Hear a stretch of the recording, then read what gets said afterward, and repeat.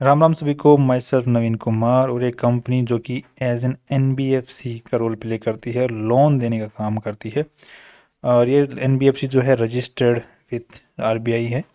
ये कंपनी का नाम है लोहारू का मीडिया इंफ्रा। आज इस कंपनी की हम लोग क्यों बात कर रहे हैं, उसके पीछे बेसिक रीज़न है कि कंपनी लगभग स्टॉक मार्केट से पैसे उठाने की कोशिश कर रही है, लगभग 28 करोड़ रुपए। और तो इस वीडियो के थ्रू हम कंपनी को थोड़ा सा समझने वाले हैं, कंपनी की वर्किंग स्ट्रक्चर को समझने वाले हैं और किस तरीके से कंपनी का फ्यूचर में स्टॉक प्राइस चल सकता है, क्या आज के दिन चल रहा है उसको समझने की कोशिश करेंगे और इस राइट इशू से कंपनी को क्या फ़ायदा हो सकता है उसकी चर्चा करेंगे। तो यहाँ पे अगर बेसिक डिटेल की बात किया जाए राइट इशू से रिलेटेड, तो 14 अगस्त से 28 अगस्त के बीच में कंपनी का राइट इशू खुलने वाला है। तो किसी भी भाई के पास में अगर 2 अगस्त को इस शेयर का कंपनी का शेयर रहता है तो हर एक शेयर के ऊपर में एक्स्ट्रा एक शेयर मिलने वाला है, राइट। तो और वो जो एक्स्ट्रा एक शेयर आपको मिलने वाला है उसका प्राइस रहने वाला है 3 रुपये पर शेयर। तो उसका आपको पेमेंट करना पड़ेगा एक्स्ट्रा शेयर का।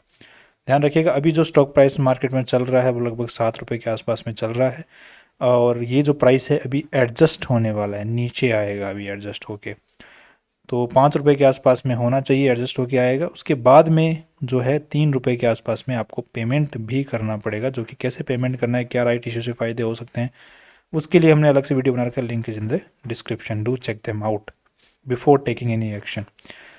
लेट्स अब नेक्स्ट आगे बढ़ते हैं। तो कंपनी राइट इशू के थ्रू पैसे क्यों उठाना कोशिश करे, और पैसे क्यों उठाना। राइट इशू से पैसे उठाने का मतलब होता है और पैसे उठाना स्टॉक मार्केट से, इन्वेस्टर्स से, जनता से। तो टू ऑगमेंट कैपिटल बेस, तो अब जैसे कंपनी एनबीएफसी है तो इनको कैपिटल बेस बढ़ाना पड़ता है और लोन पे देने के लिए पैसा तो होना चाहिए ना आपके अपने पास में। तो इस कंपनी को पैसा और बढ़ाना है ताकि ज़्यादा से ज़्यादा पैसा लोन पे दे सके, इसके लिए ये पैसा उठा रहे हैं। सो बेसिक रीज़न यहाँ पर नज़र आ रहा है, जो काम कंपनी बिजनेस कर रही है उसी के रिगार्डिंग चीज़ें नज़र आ रही हैं।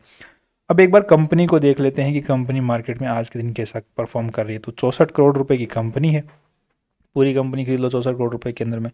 कंपनी का जो मैक्सिमम आज के दिन बुक वैल्यू है वो पर शेयर 1.65 रुपीज़ का है, बट यहाँ पे शेयर प्राइस जो है वो 7 रुपये के आसपास में चल रहा है। सो यहाँ पे ऑलरेडी जो है इन्वेस्टर्स का जो पैसा जितना लगा हुआ है उसके मुकाबले 4 गुना ऊपर शेयर प्राइस चल रहा है। कंपनी का पी रेशो 61 का है, दैट मीन्स कंपनी हर 61 रुपये के ऊपर में 1 रुपया कमा रही है। दैट मीन्स कंपनी पैसा भी कुछ खास कमा नहीं रही है। यहाँ पर अगर कंपनी की सेल की बात करते हैं तो इस साल टीटीएम बेसिस के ऊपर में कंपनी की सेल बढ़ी है, दैट इज़ इसी क्वार्टर, जिस क्वार्टर के अंदर में कंपनी राइट इशू से पैसे उठाने वाली है उसी क्वार्टर में कंपनी का रेवेन्यू बढ़ा है। ये यूजुअली होता है मार्केट में, पहले भी देखा गया, बहुत सी कंपनी में देखा गया कि मार्केट में जो कंपनियां स्टॉक मार्केट से और पैसा उठाने वाली होती हैं वो अचानक से अपना रेवेन्यू है उनका सेल बढ़ जाता है, ताकि जनता के अंदर एक मैसेज आए कि कंपनी जो है वापस ट्रैक पे आ गई है या फिर बहुत पैसा फ्यूचर में कमाने वाले हैं। क्योंकि हम लोगों ने पिछले साल के मुकाबले या फिर पिछले क्वार्टर के मुकाबले देखो कितना अच्छा पैसा हम कमा रहे हैं, ताकि एक इज्जत बने और लोग पैसा लगाएं, पैसा और दें। तो ऐसा ही इस स्टॉक के अंदर में देखने को मिला। आपने कभी भी पास में देखो कितने क्वार्टर्स निकल के एक भी क्वार्टर के अंदर में इतना रेवेन्यू नहीं हुआ है, क्या हो गया अचानक से। बस एक ही रीज़न बदला कि कंपनी को मार्केट से और पैसे उठाने। नेक्स्ट अगर कंपनी के हम लोग इसकी चर्चा करते हैं बैलेंस शीट की, तो कंपनी का जो मैक्सिमम आज के दिन पैसा है, जो कि ये इसकी रिपोर्ट तो हमारे पास में है नहीं कहाँ पैसा लगा, तो पिछले साल के हिसाब से हमें देखना पड़ेगा क्योंकि वहीं इस साल पैसा लगा होगा, ऑफकोर्स ही बात है। तो यहाँ पर 2023 के मुकाबले कंपनी के पास में टोटल 15 करोड़ की बैलेंस शीट थी, राइट, 15 करोड़ की। उसमें से नो लगभग ये सारे के सारे जो पैसे हैं वो इन्वेस्टर से आए हैं, कंपनी ने कोई लोन लिया हुआ नहीं है। जो पैसे लगे हुए हैं, तो अब मेन चीज़ है कि पैसे लगे हुए कहाँ पे हैं, राइट। तो यहाँ पर कंपनी के पैसे कहाँ लगे हुए हैं उसके रिगार्डिंग अगर बात करते हैं तो 1 सेकंड में आपको बता देता हूँ।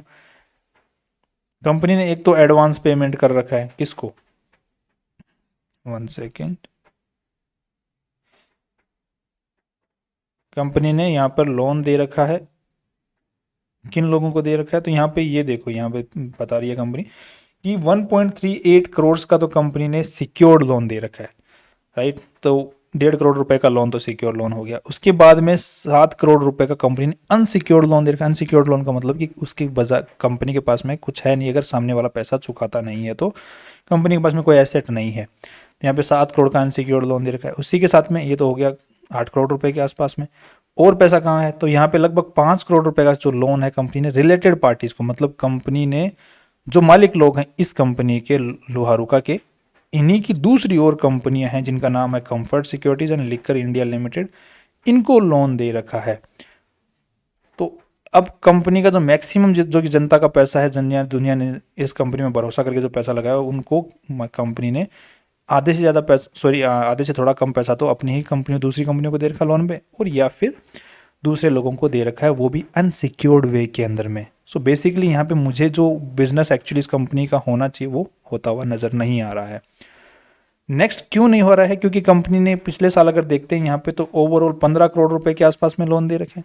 अगर हम लोग इनको भी देखें, 13 करोड़ के आसपास में लोन दे रखा है अगर हम लोग डेटा को चेक करते हैं, राइट। तो 13 करोड़ के आसपास का लोन, तो कंपनी ने रेवेन्यू कितना कमाया, राइट। पूरे साल में रेवेन्यू भी अच्छा आना चाहिए। यहाँ पे 16 करोड़ रुपए कंपनी ने रेवेन्यू कमाया, तो 13% के आसपास में नेट जो है कंपनी ने interest, as an interest company ने कमाया है 13%। 13% तो बैंक वाले दे देते हैं, तुम एनबीएफसी होकर 13% ही कमा रहे हो, सीधी सी बात है, पॉइंट की बात है। अब यहाँ पे उसमें से भी 0.75 लाख रुपए खर्च हो जाते हैं इनके, पैसा पीछे बचता है कितना, 61 लाख रुपया। तो नेट प्रॉफिट जो निकल के आ रहा है कंपनी का, इंटरेस्ट कंपनी के पास में, वो तो 61 लाख रुपए आ रहा है, जो कि कंपनी के आज के दिन जो प्राइस चल रहा है उसके मुकाबले सिर्फ 1% है। दैट टू उस साल की बात कर रहा हूँ जब राइट इशू लेके आ रही है कंपनी। आगे वाले जो सालों में तो कंपनी राइट इशू लाएगी नहीं, तो और भी कम राइट इशू, वो जो प्रॉफिट है कंपनी कम कमाएगी। तो प्राइस के हिसाब से ही कंपनी कुछ खास कमाई नहीं कर रही है। दूसरा, पैसा कहाँ लगा हुआ है उसकी भी जानकारी बहुत कम है, और अनसिक्योर्ड वे में कंपनी ने पैसा लगा रखा है, रिलेटेड पार्टीज को दे रखा है। नेक्स्ट, अब जो कंपनी पैसा उठा रही है, क्या इसका भी कंपनी को खुद के लिए ज़रूरत है या फिर दूसरी कंपनियों को लोन लेने की ज़रूरत है? अब ये फैसला तो कंपनी का जो मैनेजमेंट है उसको ही पता है, कि उसको ही पता है कि कहाँ पैसा लगाना है, क्यों पैसा लेके आना है। बस जनता को तो ये बताना है कि लोन पे ले पैसा देना है, बट कहाँ लोन पे भाई, राइट। अपने ही भाई दोस्तों को या फिर दूसरी कंपनियों को, क्योंकि और कहीं से लोन उठाएगी। अब मान के चलो कि जिनकी जो दूसरी कंपनी है उनकी क्रेडिबिलिटी मार्केट के अंदर में है नहीं, उनको अगर कोई दूसरी कंपनियां लोन पे या बैंक को उस लोन पे देगी नहीं, और अगर कोई देगा भी तो बहुत ज़्यादा 20% 25% के इंटरेस्ट पे लोन देगा। तो यहीं से दूसरी कंपनी खोलो, जनता से पैसे उठा लो और उससे लोन दे दो दूसरी कंपनियों को। बड़ा गजब खेल है। यही खेल मुझे यहाँ पे होता हुआ दिख रहा है। अब इसी चीज़ को अगर हम लोग नज़र डालते हैं इनके चार्ट के ऊपर में, तो अचानक जैसे ही राइट इश्यू की खबर आती है इनका चार्ट अचानक से बढ़ जाता है ऊपर। 4 रुपये 60 पैसे के हिसाब से प्राइस चल रहा था, अचानक राइट इश्यू की खबर आती है और इनका चार्ट जंप करके पहुंच जाता है। यहाँ पे मैं नहीं बोल रहा हूँ कि मैनिपुलेट किया गया, मैं तो ये बोल रहा हूँ मैनिपुलेट तो हो रखा है। मैनिपुलेट तो इसमें तो कोई दो राय ही नहीं है, मैनिपुलेट तो हुआ है। यहाँ पे ये मैं नहीं बोल रहा हूँ मैनेजमेंट ने मैनिपुलेट किया, क्योंकि मार्केट में भी बहुत सारे ऑपरेटर्स बैठे रहते हैं जिनको पता होता है कि यार अच्छा अच्छी खबर आई है, कंपनी में पैसा जाएगा तो लोग एक बार जनता खरीदने के लिए भागेगी। तो अब मैं इससे भी नहीं नकार रहा हूँ कि मैनेजमेंट का इसमें हाथ है कि नहीं है, कुछ भी हो सकता है, बट अचानक से लुक्रेटिव हो जाता है। क्यों? क्योंकि कंपनी जो एक्स्ट्रा पैसे दे रही है, एक्स्ट्रा जो राइट इशू के पैसे दे रही है वो 3 रुपये पर शेयर पे दे रही है, और यहाँ पर कंपनी का जो शेयर प्राइस है जो कि 4 रुपये 60 पैसे के आसपास में चल रहा था, वो कुछ खास लुक्रेटिव लगता नहीं है। बट जैसे ही 7 रुपये के आसपास है तो यहाँ पे लगभग 1.5 गुना ऊपर प्राइस चल रहा है, तो यहाँ पे ये लुक्रेटिव बन जाता है, बहुत ही ज़्यादा वो क्या बोलते हैं, आकर्षित बन जाता है ये शेयर प्राइस, और ये राइट इशू में पैसा लगाना बहुत ही आकर्षक लगने लग जाता है। तो ये पूरा खेल यहाँ पे इस स्टॉक के अंदर में चलता हुआ नजर, मैं खेल ही इसको बोलूँगा क्योंकि खेल सा ही नज़र आ रहा है। That's all. अब आपको क्या डिसीजन लेना है, और पैसे लगाने चाहिए कि नहीं लगाने चाहिए? यहाँ पे काफ़ी सारे नेगेटिव पॉइंट्स मैंने आपके साथ डिस्कस किए। इसी के साथ मैं एक नेगेटिव पॉइंट और बता देता हूँ। कंपनी का जो मैनेजमेंट है ट्राई कर रहा है कि कंपनी का जो स्टॉक है वो पेनी कैटेगरी के अंदर में ही रहे। पेनी कैटेगरी मतलब छोटे शेयर्स की कैटेगरी में ही रहे, ताकि जो जनता है वो इस कंपनी के शेयर्स को खरीदती बेचती रहे या खरीदती रहे अपने पास में, बेचे ना। तो आम जो जनता होती है, वो जो नए इन्वेस्टर्स होते हैं, उनको सस्ता शेयर देखने वाला मिलना चाहिए। तो सस्ता शेयर तो ये तो नहीं है, राइट। तो ऐसी जब कंपनी कोई खेल करती है, मानसिक खेल, तो उस कंपनी से तो वैसे भी एक बार को थोड़े बहुत हमें चौकन्ना हो जाना चाहिए। That's all. मेरी तरफ से रिव्यू जो है वो थोड़ा सा नेगेटिव ही है इस कंपनी के बारे में। बाकी आप कोई भी डिसीजन लें, पॉजिटिव नेगेटिव, खरीदना बेचना, तो और रिसर्च करके अपने फाइनेंशियल एडवाइजर की पूछ से ही लें। That's all. कल फिर मिलते हैं नए इंपॉर्टेंट वीडियो के साथ में। सी यू टुमारो।